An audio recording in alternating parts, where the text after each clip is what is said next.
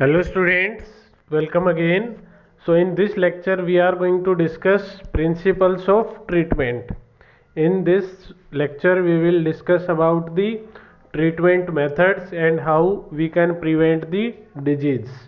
So principle of treatment includes two ways. First is to reduce the effect of disease. Means उसमें हम क्या कर सकते हैं कि जो आपका इफेक्ट है डिजीज का उसको कम करें, उसको रिड्यूस करें, ठीक है। या सेकंड जो है आपका वो है to kill the microbes which cause disease, कि जो माइक्रोब्स डिजीज कोज कर रहे हैं उनको किल किया जाए, ठीक है। क्लियर है।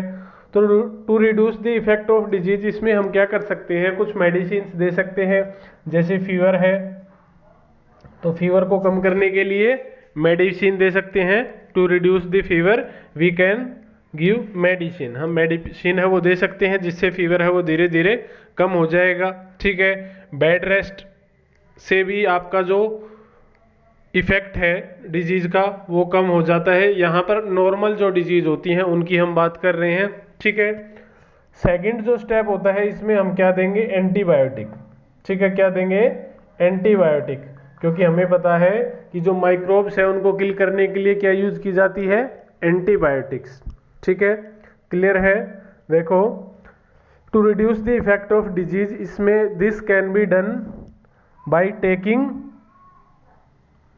Medicine to bring down the effect of disease, किसमें मेडिसिन प्रोवाइड करके देके जो डिजीज का इफेक्ट है उसको कम किया जाता है। लाइक फीवर, पेन और लूज मोशन, ठीक है।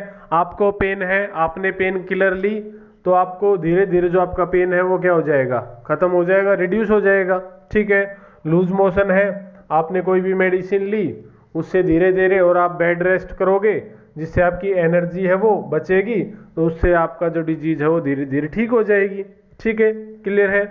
सेकंड है टू किल द माइक्रोब्स, इसमें क्या है, this can be done by taking suitable antibiotics and drugs which kill the microbes and disease is cured, ठीक है।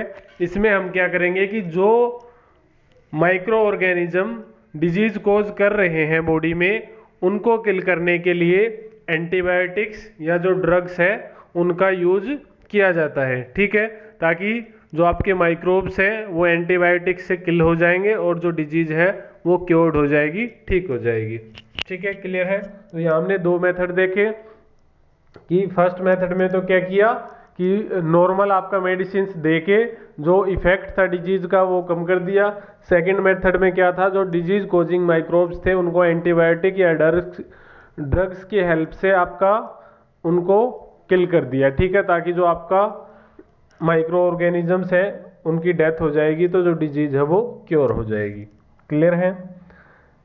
प्रिंसिपल्स ऑफ प्रिवेंशन, नेक्स्ट है आपका प्रिंसिपल्स ऑफ प्रिवेंशन, कि हम जो आपका इन्फेक्शियस डिजीज है उनको स्प्रेड होने से कैसे प्रिवेंट कर सकते हैं, ठीक है।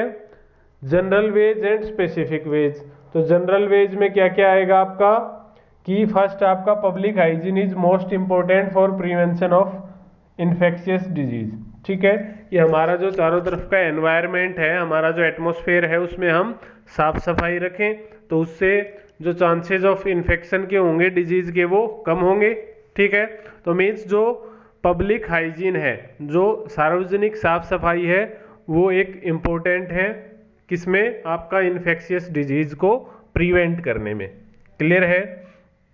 कि मीन्स आसपास है वो वाटर इकट्ठा ना होने दे, जो आसपास का एरिया है उसकी जो सफाई है वो रेगुलर होनी चाहिए, ठीक है। मीन्स अपने जहाँ भी हम रहते हैं उसके चारों तरफ जो एरिया है वो आपका क्लीन हो, ठीक है।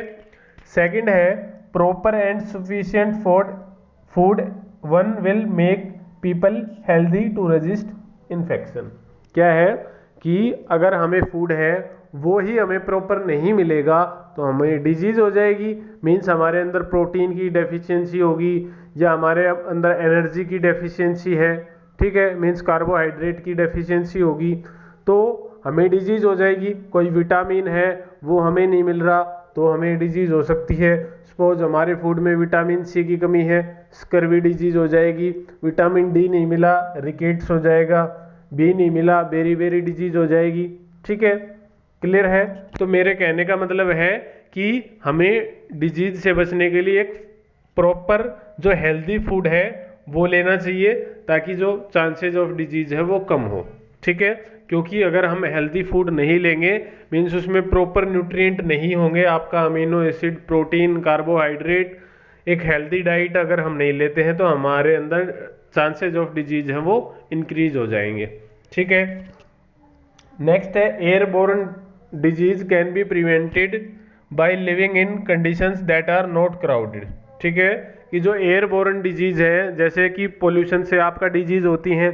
ठीक है, तो हम क्या कर सकते हैं, हम अगर ऐसे एरिया में रहें जहाँ पॉपुलेशन कम है तो वहाँ पर पोल्यूशन कम होगा। ठीक है, मीन्स आपका जो पोल्यूशन है वो भी तो आपका जहाँ पॉपुलेशन ज़्यादा होगी मीन्स भीड़ ज़्यादा होगी वहाँ पोल्यूशन ज़्यादा होगा।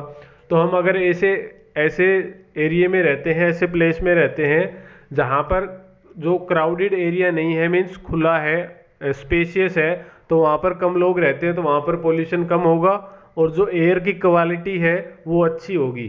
ठीक है, मीन्स एयर जो होगी वो प्योर होगी, तो जिससे जो एयरबोर्न डिजीज है वो कम होंगी, उनके फैलने के चांसेस कम होंगे, हम प्रिवेंट होने से उसको रोक सकते हैं। Water borne disease can be prevented by providing safe drinking water.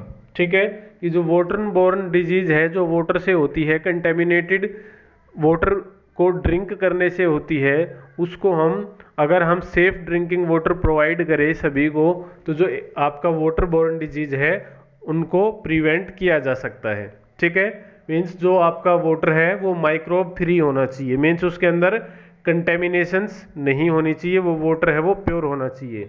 ठीक है, उसके लिए हम आरओ का यूज कर सकते हैं। अगर किसी एरिया में वाटर है वो अच्छा नहीं है, कंटेमिनेटेड है, तो उसको सही करने के लिए हम किसका आरओ का यूज कर सकते हैं। ठीक है, क्लियर है।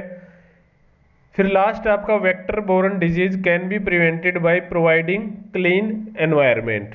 ठीक है, जो आपका वेक्टर बोर्न डिजीज है उनको भी हम अगर हमारा आसपास का जो एनवायरनमेंट है वो क्लीन रहेगा तो हम जो वेक्टर बोर्न डिजीज है उनको प्रिवेंट कर सकते हैं।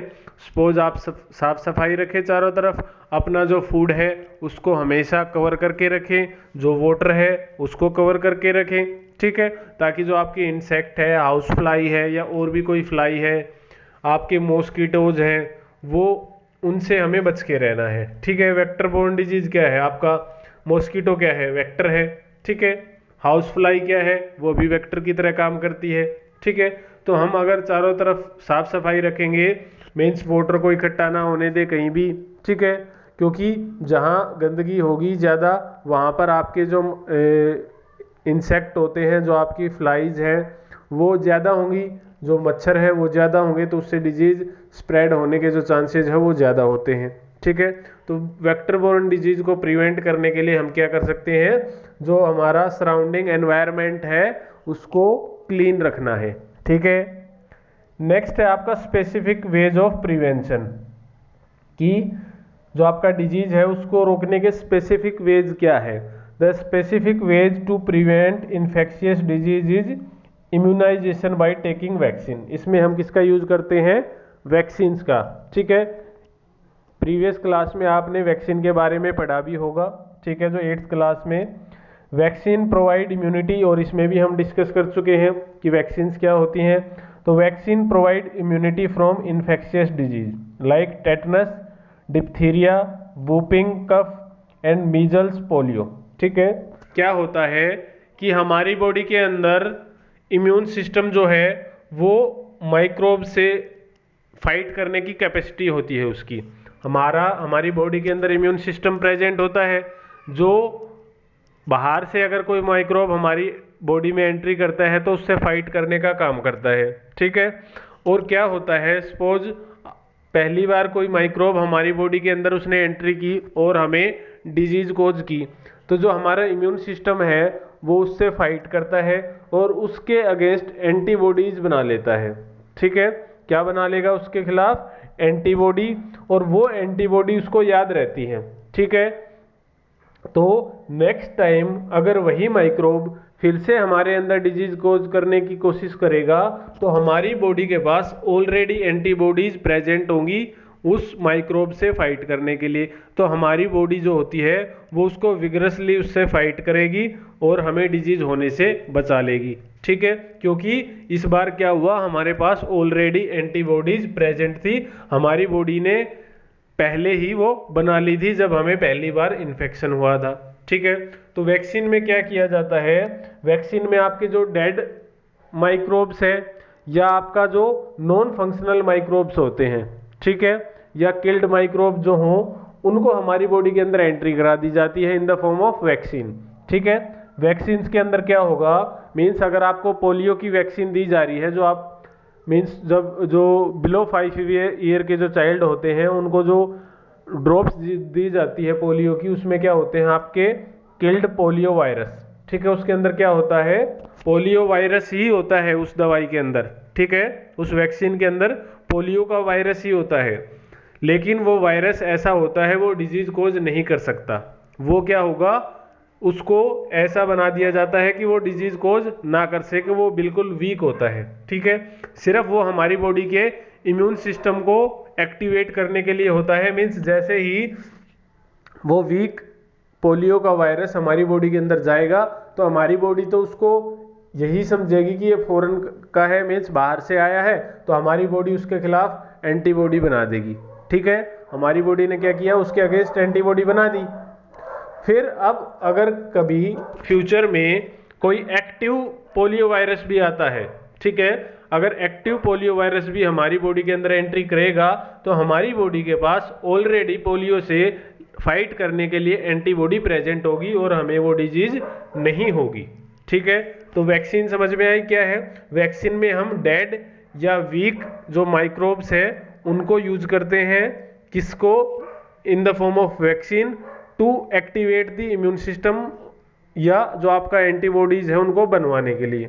ठीक है, our body has a immune system which fights microbial infection when the system first sees an infectious microbe, means पहले अगर वो माइक्रोब इन्फेक्शन को देखता है हमारा, तो it kills the microbe and remember it, वो उसके खिलाफ एंटीबॉडी बनाता है, उसको मार देगा और उसको याद रखेगा। ये इंपॉर्टेंट है यहाँ।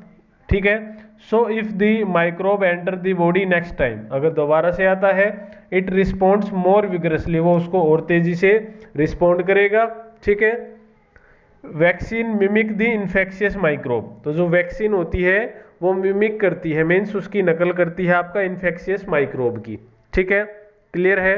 And strength our immune system and protect the body from infectious disease, हमारे इम्यून सिस्टम को क्या करेगी, स्ट्रेंथ करेगी, उसको मीन्स उसको तगड़ा बनाएगी और इन्फेक्शियस डिजीज से हमें क्या करेगी, बचाएगी। ठीक है, क्लियर है। तो जो आपके वैक्सीन्स होते हैं वो मजबूत करते हैं हमारे इम्यून सिस्टम को, स्ट्रॉन्ग बनाते हैं और इन्फेक्शियस डिजीज से हमें बचाते हैं। ठीक है, क्लियर है। तो ये है स्पेसिफिक वेज ऑफ प्रिवेंशन। ठीक है, क्लियर है स्टूडेंट्स। तो ये हमारा क्या था, स्पेसिफिक वेज ऑफ प्रिवेंशन। ठीक है स्टूडेंट्स, तो आज हमारा जो चैप्टर है यहाँ पर वो होता है कंप्लीट। ठीक है, तो इसके जो नोट्स हैं वो आप जल्दी से कंप्लीट करके मुझे व्हाट्सएप कर सकते हैं चेकिंग के लिए। ठीक है, क्लियर है। और अगर आपको कोई भी डाउट है तो वो आप मेरे से पूछ सकते हैं किसी भी टाइम। ठीक है स्टूडेंट्स, तो thank you, take care, bye bye.